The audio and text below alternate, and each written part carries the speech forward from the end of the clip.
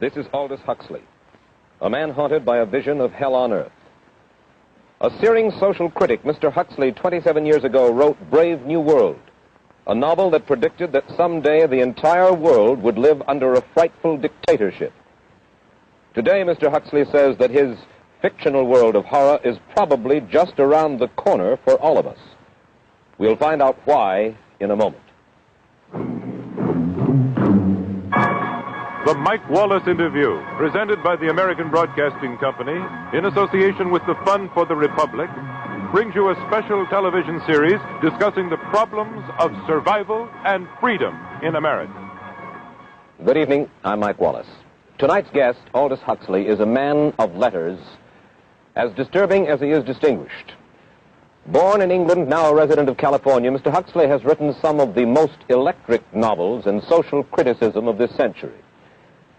He's just finished a series of essays called Enemies of Freedom, in which he outlines and defines some of the threats to our freedom in the United States. And Mr. Huxley, right off the bat, let me ask you this. As you see it, who and what are the enemies of freedom here in the United States? Well, I don't think you can say who in the United States. I don't think there are any sinister persons deliberately trying to rob people of their freedom.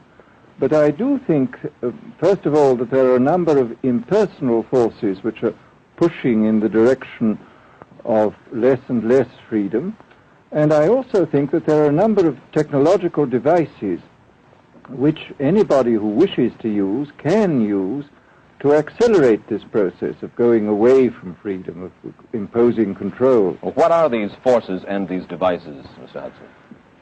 I should say that there are two main impersonal forces. The first of them is not exceedingly important in the United States at the present time, though very important in other countries. This is the force which in general terms can be called overpopulation, the mounting pressure of population pressing upon existing resources. This, of course, is an extraordinary thing. Something is happening which has never happened in the world's history before. I mean, let's just take a simple fact that between the time of the birth of Christ and the landing of the Mayflower, the population of the Earth doubled. It rose from 250 million to probably 500 million. Today, the population of the Earth is rising at such a rate that it will double in half a century. Well, why should overpopulation work to diminish our freedoms? Well, in a number of ways. I mean, the experts in the field, like Harrison Brown, for example, pointed out that in the underdeveloped countries, actually the standard of living is at present falling, that people have less to eat and less goods per capita than they had 50 years ago. And as the position of these countries, the economic position, becomes more and more precarious, obviously the central government has to take over more and more responsibility for keeping the ship of state on an even keel.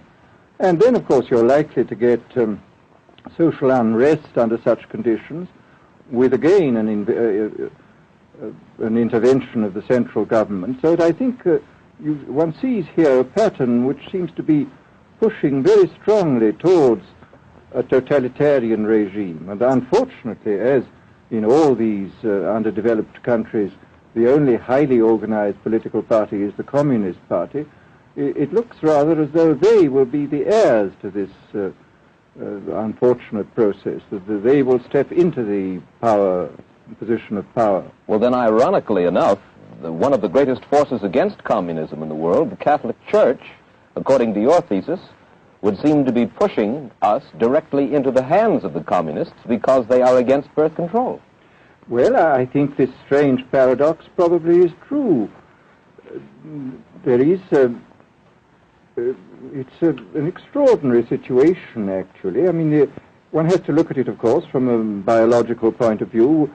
The whole essence of biological life on Earth is a question of balance, and what we have done is to practice death control in a most intensive manner without balancing this with birth control at the other end. Consequently, the birth rates remain as high as they were, and death rates have fallen substantially.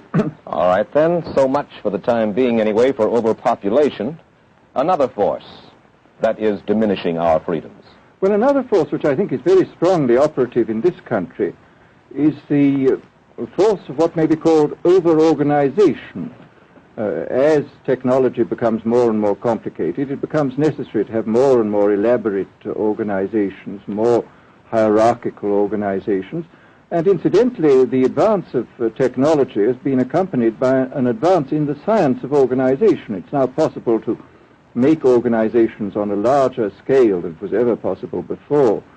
And so that you have more and more people living their lives out as subordinates in these hierarchical systems controlled by bureaucracies, either the bureaucracies of big business or the bureaucracies of big government. Now, the devices that you were talking about, are there specific devices or methods of communication which diminish our freedoms in addition to overpopulation and over-organization? Well, there are certainly devices which can be used in this way. I mean, let us take, after all, a piece of very recent and very painful history is the propaganda used by Hitler, which was incredibly effective. I mean, what were Hitler's methods? Hitler used terror on the one kind, brute force on the one hand, but he also used a very efficient form of propaganda, which he was using every modern device at that time. He didn't have TV, but he had the radio, which he used to the fullest extent, and was able to impose his will on an immense mass of people. I mean, the Germans were a highly educated people.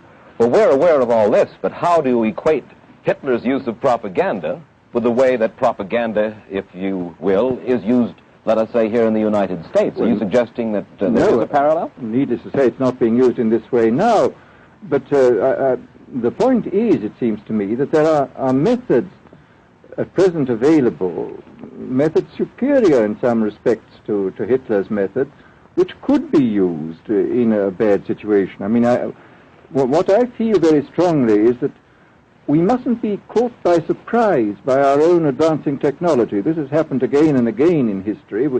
Technology has advanced, and this changes social conditions, and suddenly people have found themselves in a situation which they didn't foresee and doing all sorts of things they didn't really want to do. Well, now, what do you mean? Do you mean that we develop our television, but we don't know how to use it correctly? Is that the point that you're making? Well, at present, the television, I think, is being used quite harmlessly. It's being used, I think, I would feel it's being used too much to distract everybody all the time. But, I mean, imagine, which must be the situation in all communist countries, where the television, where it exists, is always saying the same thing the whole time, is always driving along. It's not creating a wide front of distraction, it's creating a one-pointed drumming in of a single idea all the time. It's obviously an immensely powerful instrument. So you're talking about the potential misuse of the instrument. Exactly. We have, after all technology is in itself morally neutral. These are just powers which can either be used well or ill. It's the same thing with atomic energy. We can either use it to blow ourselves up, or we can use it as a substitute for the coal and the oil, which are running out. You've even written about the use of drugs in this light. Well, now, this is a very interesting subject. I mean, in this book that you mentioned, this book of mine, Brave New World, I postulated a substance called soma, which was a very versatile drug. It would make people feel happy in small doses. It would make them see visions in medium doses, and it would send them to sleep in large doses. Well, I don't think such a drug exists now, nor do I think it will ever exist, but we do have drugs which will do some of these things, and I think it's quite on the cards that we may have drugs which will profoundly change our mental states without doing us any harm. I mean, this is the pharmacological revolution which has taken place, that we have now powerful mind-changing drugs which, physiologically speaking, are almost costless. I mean, they are not like opium or like cocaine, which do change the state of mind, but leave terrible results physiologically and morally. Mr. Huxley, In your new essays, you state that these various enemies of freedom are pushing us toward a real-life, brave new world, and you say that it's awaiting us just around the corner. First of all, can you detail for us what life in this brave new world which you fear so much, or what life might be like? Well, to start with, I think this kind of the dictatorship of the future, I think will be very unlike the dictatorships which we've been familiar with in the immediate past. I mean, take another book prophesying the future, which was a very remarkable book, George Orwell's 1984. Well, this book was written at the height of the Stalinist regime and just after the Hitler regime. And there he foresaw a dictatorship using entirely the methods of terror, the methods of physical violence. Now, I think what is going to happen in the future is the dictators will find, as the old saying goes, that you can do everything with bayonets except sit on them. That if you want to preserve your power indefinitely, you have to get the consent of the ruled. And this they will do partly by drugs, as I foresaw in Brave New World, partly by these new techniques of propaganda. They will do it by bypassing the sort of rational side of man and appealing to his subconscious and his deeper emotions and his physiology even, and so making him actually love his slavery. I mean, I think this is the danger, that actually people may be in some ways happy under the new regime, but they will be happy in a situation where they oughtn't to be happy. But let me ask you this. You're talking about a world that could take place within the confines of a totalitarian state. Let's become more immediate, more urgent about it. We believe, anyway, that we live in a democracy here in the United States. Do you believe that this brave new world that you talk about could, let's say in the next quarter century, the next century, could come here to our shores? I think it could. I mean, that's why I feel it's so extremely important here and now to start thinking about these problems, not to let ourselves be taken by surprise by the new advances in technology. I mean, for example, in regard to the use of the drugs, we know there's enough evidence now for us to be able, on the basis of this evidence and using a certain amount of creative imagination, to foresee the kind of uses which could be made by people of bad will with these things, and to attempt to forestall this. And in the same way, I think with these other methods of propaganda, we can foresee and we can do a good deal to forestall. I mean, after all, the price of freedom is eternal vigilance. You write in Enemies of Freedom, you write specifically about the United States. You say this, writing about American political campaigns. You say, all that is needed is money and a candidate who can be coached to look sincere. Political principles and plans for specific action have come to lose most of their importance. The personality of the candidate, the way he is projected by the advertising experts, are the things that really matter. Well, this is, during the last campaign, there was a great deal of this kind of statement by the advertising managers of the campaign parties, this idea that the candidates had to be merchandised as though they were soap or toothpaste, and that you had to depend entirely on the personality. I mean, the personality is important, but there are certainly people with an extremely amiable personality, particularly on TV, who might not necessarily be very good in positions of political trust. Well, do you feel that men like Eisenhower, Stevenson, Nixon, with knowledge of forethought, were trying to pull the wool over the eyes of the American public?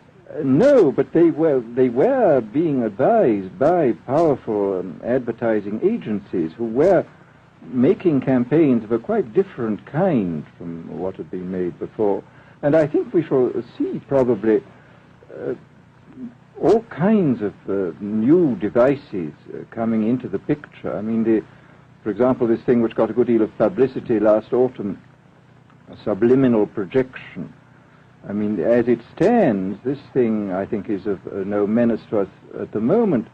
But I was talking the other day to one of the people who has done most experimental work in the psychological laboratory with this, was saying precisely this, that it is not at the moment a danger, but once you've established a principle that something works, you can be absolutely sure that the technology of it is going to improve steadily.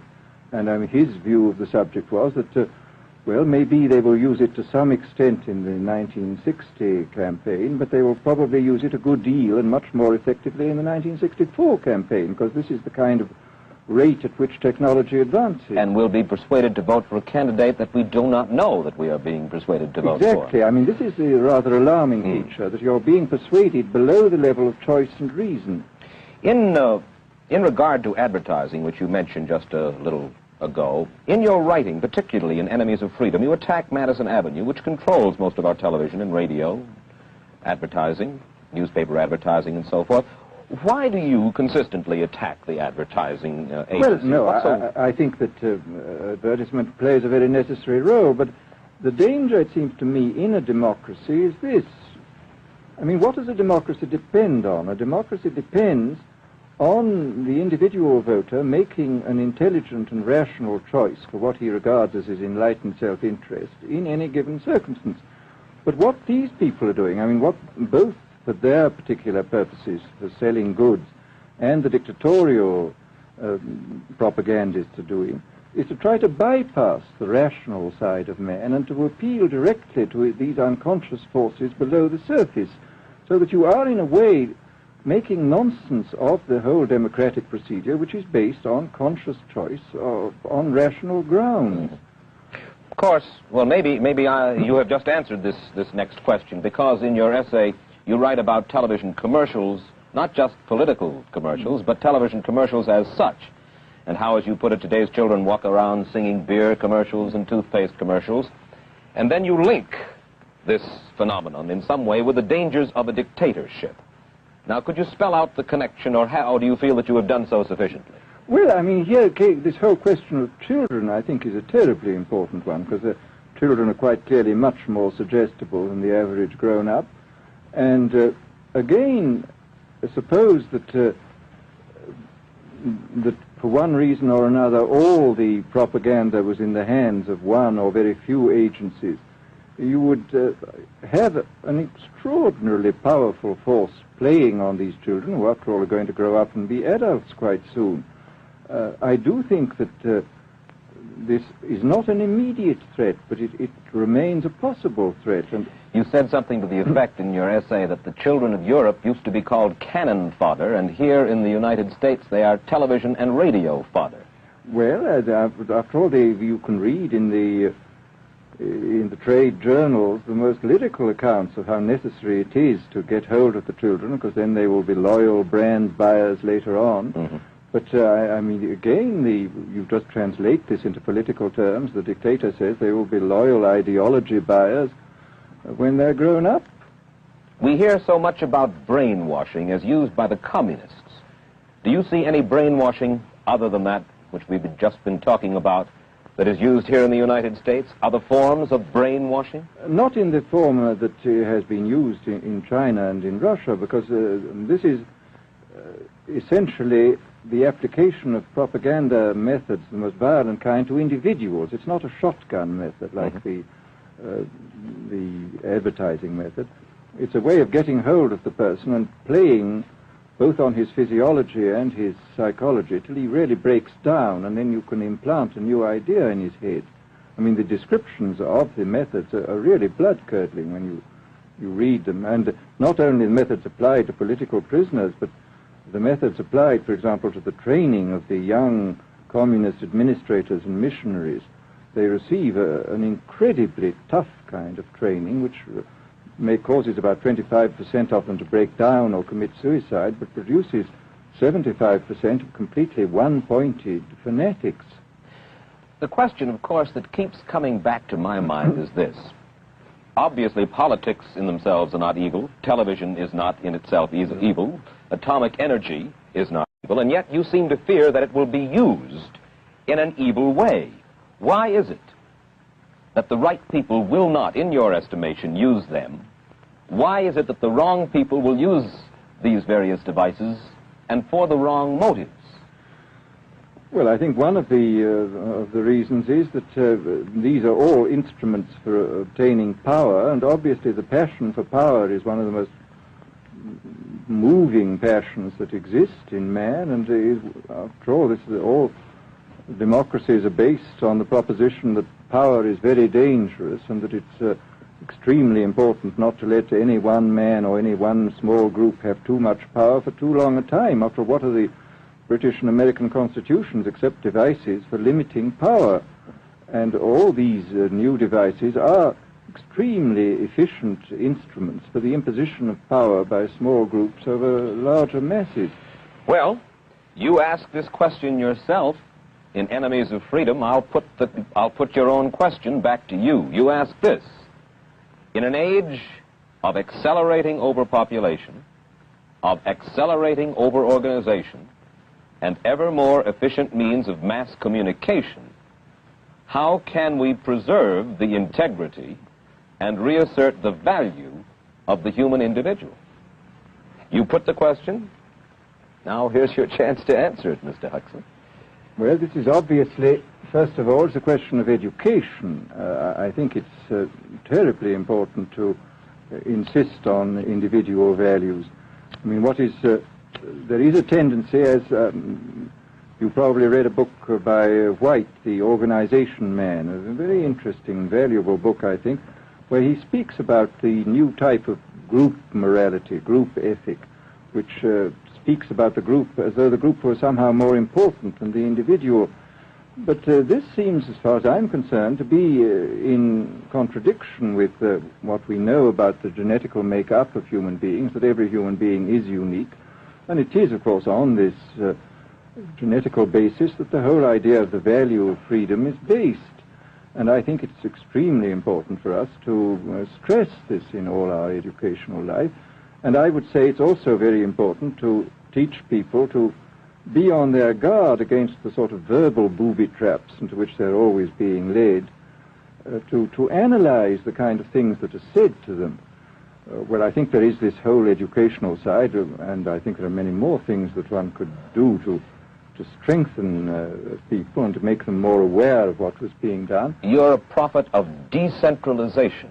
Well, yes, if this is feasible. It's one of the tragedies, it seems to me. I mean, many people have been talking about the importance of decentralization in order to give back to the voter a sense of direct power. I mean, the voter in an enormous electorate feels quite impotent, and his vote seems to count for nothing. This is not true where the electorate is small and where he is dealing with a group which he can manage and understand. And if one can, as Jefferson, after all, suggested, break up the units into smaller and smaller units, and so get a real self-governing democracy. Well, that was all very well in Jefferson's day, but how can we revamp our economic system and decentralize and at the same time meet militarily and economically the tough challenge of a country like Soviet Russia? Well, I think the answer to that is that there are, it seems to me that industrial production is of two kinds. I mean, there are some kinds of industrial production which obviously need the most tremendously high centralization, like the making of automobiles, for example. But there are many other kinds where you could decentralize quite easily and probably quite economically, and that you would then have this kind of decentralized life. After all, you begin to see it now if you travel through the South, this decentralized textile industry which is springing up there. Mr. Huxley, let me ask you this, quite seriously. Is freedom necessary? As far as I'm concerned, it is, yes. Why? Is it necessary for a productive society? Yes, I should say it is. I mean, a genuinely productive society. I mean, I think you could produce plenty of goods without much freedom, but I think the whole sort of creative life of man is ultimately impossible without a considerable measure of individual freedom, that initiative, creation, all these things which we value, and I think value properly, are impossible without a large measure of freedom. Well, Mr. Huxley, take a look again at the country which is in the stance of our opponent anyway it would seem to be there, Soviet Russia. It is strong and getting stronger economically, militarily. At the same time, it's developing its art forms pretty well. It seems not unnecessarily to squelch the creative urge among its people, and yet it is not a free society. It's not a free society, but here is something very interesting, that those members of the society, like the scientists who are doing the creative work, are given far more freedom than anybody else. I mean, it's a privileged aristocratic society in which, provided that they don't poke their noses into political affairs, these people are given a great deal of prestige, a considerable amount of freedom, and a lot of money. I mean, this is a very interesting fact about the new Soviet regime, and I think what we're going to see is a people on the whole with very little freedom, but with an oligarchy on top enjoying a considerable measure of freedom and a very high standard of living. And the people down below, the epsilons down below, enjoying very little. And you think that that kind of situation can long endure? I think it can certainly endure much longer than a situation in which everybody is kept down. Because, I mean, they can certainly get their technological and scientific results on such a basis. Well, the next time that I talk to you then, perhaps we should investigate further the possibility of the establishment of that kind of a society, where the drones work for the queen bees up above. Well, but yes, but I must say I still believe in democracy. If we can make the best of the creative activities of the people on top, plus those of the people on the bottom, so much the better.